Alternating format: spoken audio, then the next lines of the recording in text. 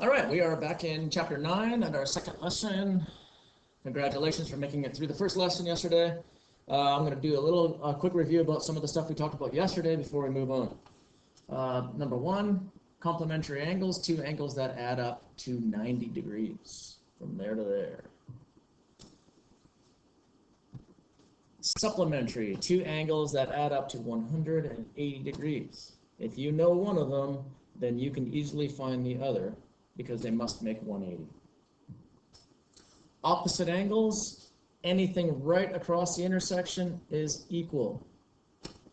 Again, if you know one of them, you can easily find the other because this is a straight line and all straight lines are 180. That means this one has to be 130 degrees. And directly across from that has to also be 130 degrees.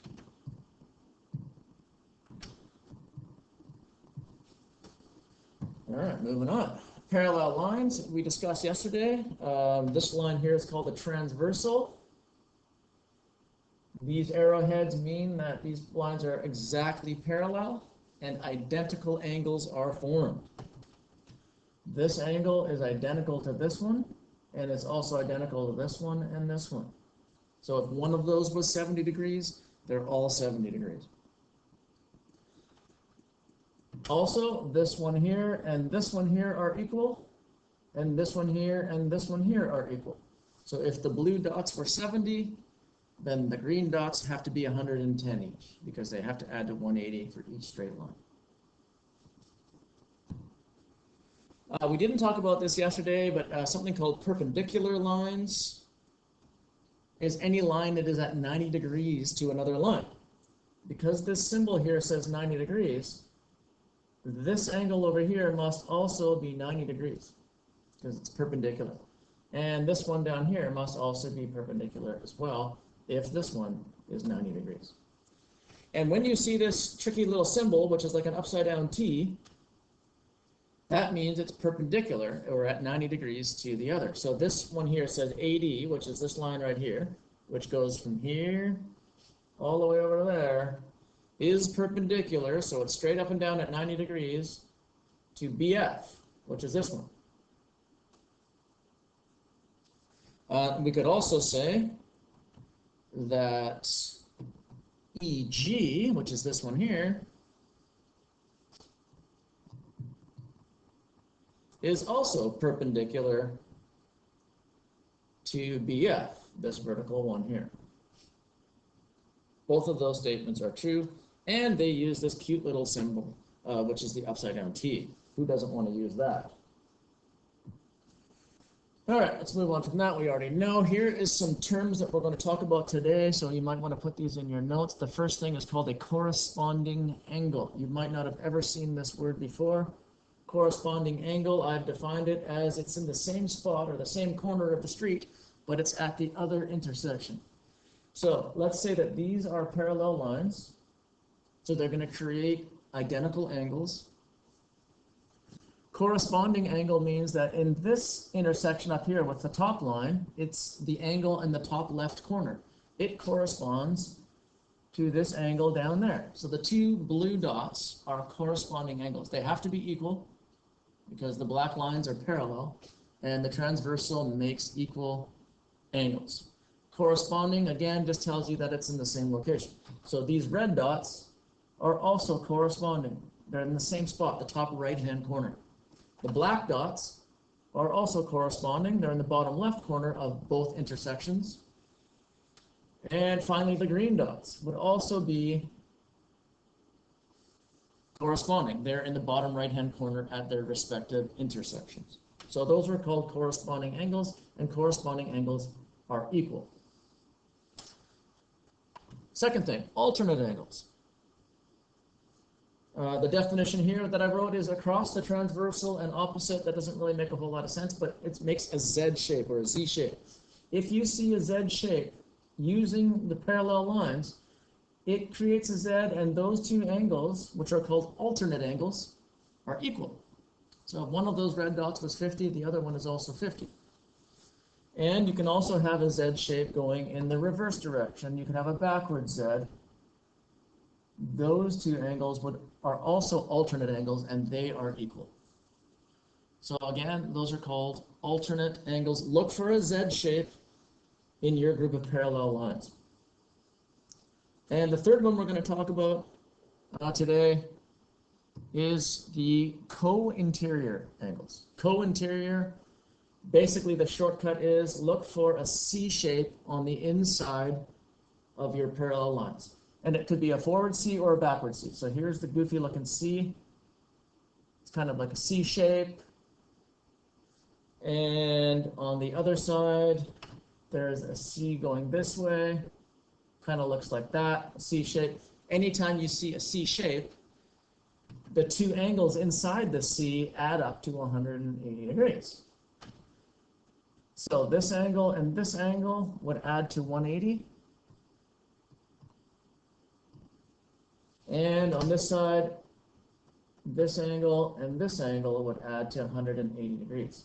So if you can find a C shape on the inside, they add to 180 degrees, and those are called co-interior angles. We're not going to worry about this one over here because it's goofy, and it's self-explanatory in the title, which is a goofy title anyway. All right, so this stuff we already know. If you've got a transversal and you want to find the other angles, well, these ones are 73 and 73. This one is a Z shape here, as you can see right here. So that's 73. This one makes a C shape, it's co-interior, so it must be 107 because the two of these add up to 180, that one plus that one. But we know that anyway, just from corresponding angles, that all of these are 73 and the other ones are 107 because we talked about that yesterday. So let's try some a little bit more difficult, but first we have to know one thing about triangles, and that anytime you have a triangle, the three angles add up to 180 degrees. And I'm sure you talked about that in grade 6, grade 7, maybe even grade 5, that this angle plus this angle plus this angle has to be 180. So if I take 180 degrees and I subtract the two that I already know, that's going to leave me with a 100-degree angle, which is this one there. All right, let's see if we can put some of this to use and find some angles in here that are missing. Now here, as you can see, we've got arrowheads, which means that they're parallel lines, which means equal angles are created. So right away, as soon as you see 115 right here, we know that across from it is 115. As soon as you see 56 here, we know that 56 is here. Now remember, because this orange line is a transversal cutting over two parallel lines, right? It's cutting over this one and this one. Then this one up here has to be 56 because it's corresponding. It's in the exact same location, kind of the top left. We also know that this one here is 56 degrees because we've got a Z shape, and it's also opposite this one here. Now we can take 180 and subtract 56, and that is going to tell us what the other angle is here, the one right beside it. So that's going to be 124 degrees. So that's here. And then we got the corresponding angles down here, so they have to be 124 as well. All right, now these ones here on the right-hand side, we've got 115 and 115. That means that from here to here must be 180. Take away 115, this has got to be 65 degrees. And up here, the corresponding angle has to be 65. This one has to be 65, which makes a Z shape. This one has to be 65, that's opposite to that one. And these ones must be 115. All of those pretty easy. The only one we're not sure about is this one down here in the corner. And remember that it's a triangle. I'll draw the triangle for you, and we know this is 56 and this is 65. We can find that bottom one easily by going 180 and then subtracting the two that we know. We know 56 and we know 65. Right, we'll add those together. That's 11. That's 121 degrees. So 180 minus the 121 degrees, that leaves us with 59 degrees. It's got to be that angle. So 180 minus the 56 and minus the 65 gives us the 59 degrees. Because we know the triangle is 180.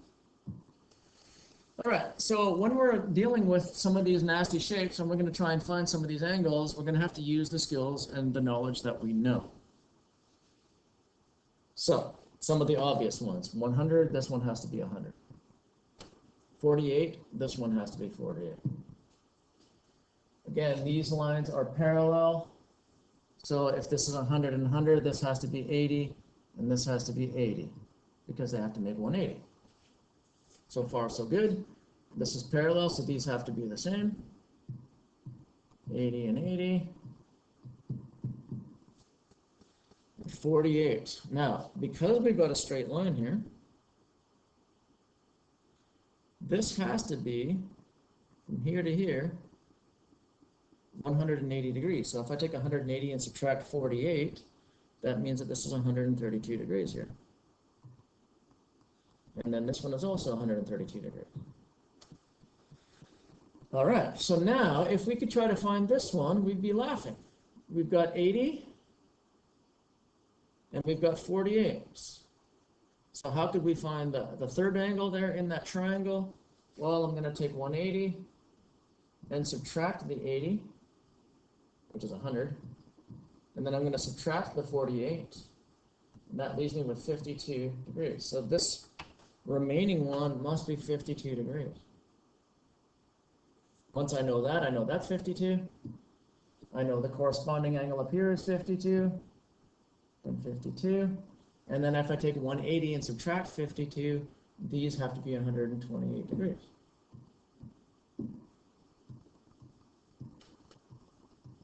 And now we found all of the angles in the shape only by knowing 2 to start with. Here are some other horrible questions, and we can actually find all of the angles in here. Notice that there are 3 parallel lines. That means some angles are formed, that are exact. So where should we start? Let's start with the easy ones. This is 90, this is 90, this is 90, and that little dude is 90. I like that. All right, let's move this one. It's opposite, so it's 76. If it's 76, then the one beside it makes a straight line. So this one and this one have to be 180, so this one has to be 104. And so does this one. Now let's move this one straight up because it's the same transversal, and these are corresponding angles. 104, 76, 104, 76. We also know that this one and this one are the same because of the parallel line. So this one up here has to be 104. Whew. This one down here has to be 76. And this one across from it must be 76 because it's exactly across the intersection. Now, it's getting a little bit more difficult. Let's look at this one here. It's 60 degrees. So this one has to be 60 degrees. Here I see a Z shape. So this one has to match. It's got to be 60 degrees.